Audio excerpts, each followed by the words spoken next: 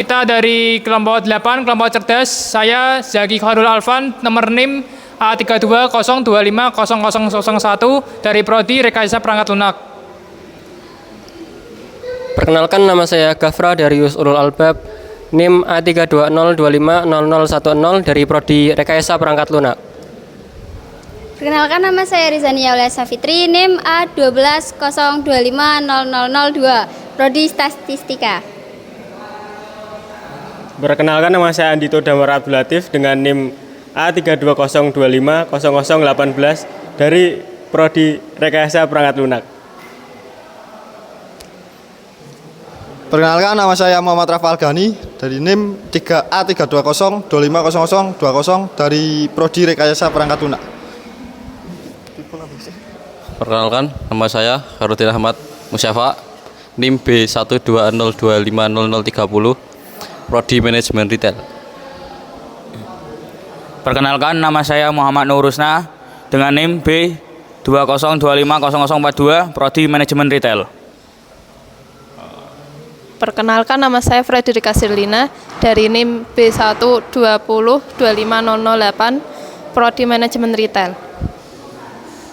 Perkenalkan, nama saya Rosela Imal Idris, NIM B120250024 dari Prodi Manajemen Retail. Perkenalkan, nama saya Niswah Al-Adawiyah Sofa, NIM B120250013 dari Prodi Manajemen Retail. Latar belakang masalah. Mahasiswa lulusan dengan IPK tinggi tidak menjamin apakah dia akan sukses dan cepat mendapatkan kerja. Tapi kenyataannya banyak dari mereka yang kurang dalam soft skill, kolaborasi, komunikasi, pemecahan masalah, dan kreativitas. Metode kuliah yang hanya berfokus dalam pembelajaran akan kurang efektif dalam melatih soft skill mahasiswa, sehingga perlunya modul dalam bentuk melibatkan mahasiswa dalam kehidupan nyata. Rumusan masalah tujuan agar menciptakan kerangka modul yang nantinya dapat diimplementasikan di kampus, yang bagaimana cara meningkatkan soft skill mahasiswa, merancang modul interaktif mahasiswa untuk memecahkan masalah dalam kehidupan nyata.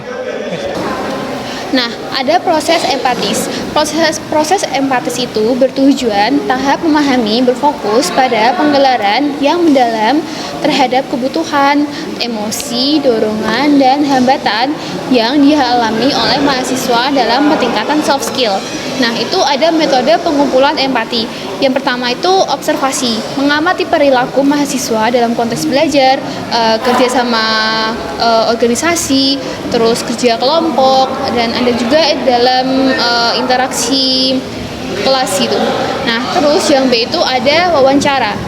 Itu tuh bisa kita wawancara kepada mahasiswa, dosen maupun alumni. Nah, terus yang ketiga itu ada kebutuhan. Nah, itu yang pertama, metode pembelajaran soft skill yang praktis dan langsung diterapkan. Karena mahasiswa itu kebanyakan lebih suka praktek daripada teori. Nah, yang B itu media untuk meningkatkan kepercayaan diri. Itu bisa melatih untuk soft skill kita. Nah, yang C itu lingkungan kolaboratif yang sehat. Nah, lalu juga ada ide dan brainstorming, yaitu peta ide kreatif untuk program soft skill mahasiswa.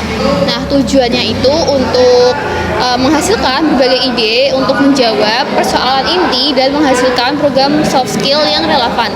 Contohnya itu yang pertama ada kompetisi intensif 3 hari, di mana harus memecahkan tantangan kampus, dan skill utama yang harus dikembangkan adalah kolaborasi, terus time management, dan problem solving. Terus yang kedua itu ada Crazy 8 atau ide cepat sesi, di mana mahasiswa harus menggambar 8 ide solusi dalam 8 menit. Untuk melatih kreativitas, dan skill utama yang harus dikembangkan adalah kreativitas, fleksibel, dan berpikir. Sekian, terima kasih. Kemudian ada solusi pilihan dan fokus inovasi. Menetapkan solusi terbaik dengan design thinking. Solusi inovatif yang kami usulkan adalah program IPBL atau Interdisciplinary Project Based Learning, yang seluruhnya difasilitasi menggunakan kerangka kerja design thinking. Program ini menggantikan kuliah soft skill tradisional dengan simulasi proyek nyata. Alasan pemilihan solusi inovatif ini adalah mahasiswa dapat belajar soft skill seperti kolaborasi dan problem solving. Yang kedua, melatih komunikasi lintas bidang dan menegosiasi untuk perspektif yang beragam. Yang ketiga, mahasiswa tidak hanya menguasai soft skill, tetapi juga kerangka kerja inovasi yang terstruktur. Inovasi alur program. Peta perjalanan soft skill mahasiswa melalui design thinking. Ada 5 tahap design thinking digunakan sebagai kerangka belajar untuk mengembangkan soft skill utama, yaitu ada empatis atau empati, definisi, lalu ada ide atau gagasan, yang keempat ada prototype atau representasi fisik atau digital sederhana, yang terakhir ada tes untuk menguji prototype. Lalu ada definisi. Problem statement-nya, mahasiswa perlu bootcamp design thinking untuk kuatkan kolaborasi, komunikasi, dan kreativitas siap kerja. Targetnya, mahasiswa semester 3 sampai 6 yang aktif organisasi.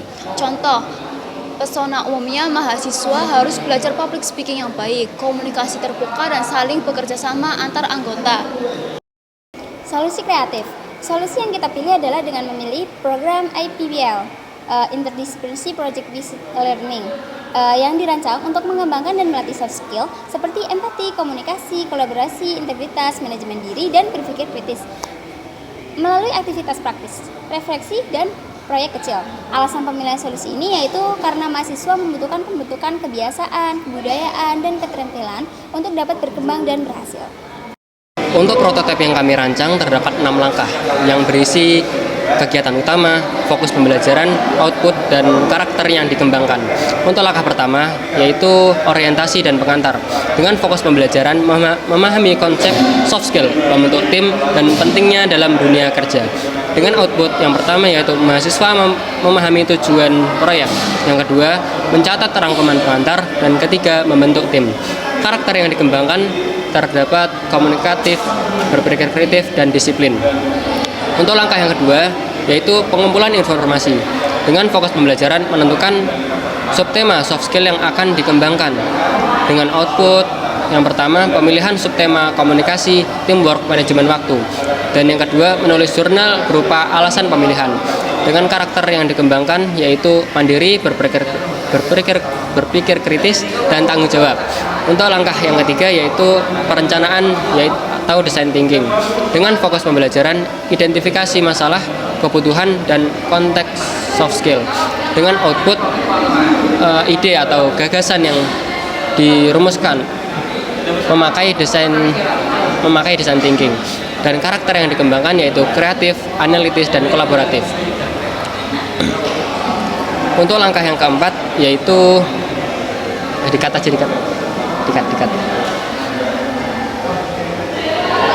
Ini nama.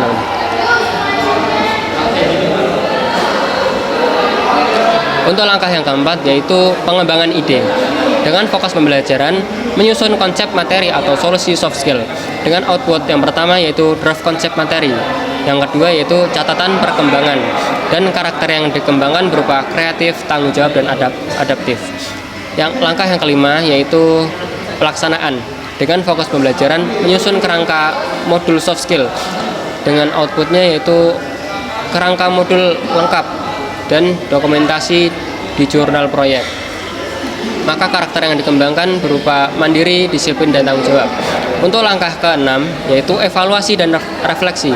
Dengan fokus pembelajaran, meninjau hasil kerja, mengevaluasi proses, dan melakukan perbaikan, memberikan feedback. Dengan output yang pertama, mahasiswa membuat refleksi akhir apa yang dipelajari, rencana peningkatan soft skill. Dan yang kedua, mengumpulkan revisi kecil jika diperlukan. Maka karakter yang dikembangkan yaitu berpikir kritis, tanggung jawab, dan evaluatif. Rencana implementasi fase 1, fase persiapan. Merekrut 6-7 tim mahasiswa dari prodi yang berbeda untuk mengikuti modul. Yang kedua, setelah kelompok dipilih, kelompok menentukan subtema yang sudah dipilih secara musyawarah mufakat. Fase kedua, fase pelaksanaan. Yang ke-1, empati dan define. Tim mahasiswa melakukan pemetaan masalah awal proyek dan analisis awal. Yang kedua, ideasi dan prototipe. Pengembangan ide solusi dari masalah awal proyek, subtema yang sudah ditentukan oleh kelompok. Setelah itu, menyusun kerangka modul lengkap dengan dokumentasi untuk jurnal. Yang ketiga, testing. Setelah pengembangan ide solusi telah ditemukan, seluruh tim mahasiswa. Rencana implementasi. Fase ketiga, pasca pelaksanaan. Yang ke-1, mahasiswa membuat tugas refleksi akhir untuk menentukan apa yang mereka pelajari dari subtema yang dipilih tersebut dan rencana untuk meningkatkan soft skill.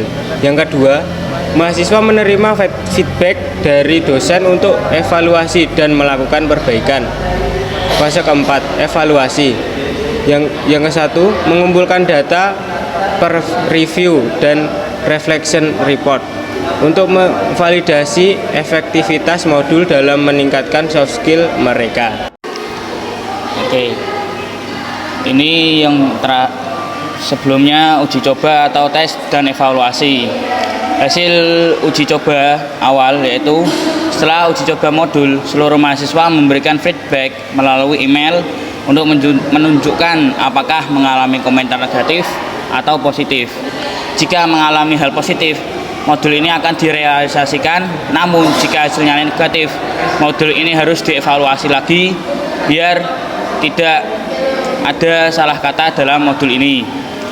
Literasi berikut perlu dibuatnya sesi pre-briefing yang menjelaskan bahwa feedback tersebut adalah salah satu bagian penting untuk mengevaluasi modul ini dan bukan serangan pribadi. Baik, kita sudah sampai di kesimpulan. Jadi kesimpulannya adalah mahasiswa dengan IPK yang tinggi tidak otomatis sukses karena soft skill tidak terbentuk dari kuliah seperti biasa yang hanya menekankan teori dan pengerjaan tugas biasanya. Dunia kerja menuntut kemampuan kolaborasi, komunikasi, kreativitas, dan pemecahan masalah kompetensi yang hanya berkembang lewat pengalaman nyata, interaksi langsung, bukan hafalan di kelas. Solusinya adalah membuat modul pembelajaran berbasis proyek yang nyata, penilaian berbasis proyek, kolaborasi tim, presentasi rutin, serta keterlibatan langsung dengan industri dan masyarakat sekitar. Dengan pendekatan ini, kampus bukan hanya menghasilkan lulusan ber-IPK tinggi, tetapi lulusan yang benar-benar siap kerja dan kompetitif. Baik, terima kasih. Kami kelompok 8 pamit undur diri dari presentasi pendidikan karakter kali ini. Wassalamualaikum warahmatullahi wabarakatuh. Sebutkan 5 tahapan design thinking yang digunakan dalam program. 5 tahapan dalam design thinking yaitu yang pertama adalah empathize, terus yang kedua ada define, yang ketiga itu ada ideate, dan keempat prototype, yang kelima ada tes. Apa tujuan utama penyusunan modul dalam materi ini? Jadi tujuan utama dari kerangka modul ini adalah kerangka modul ini yang nantinya akan diimplementasikan di kampus sehingga kita bisa meningkatkan kemampuan dari mahasiswa itu sendiri untuk menghadapi kehidupan di dunia nyata.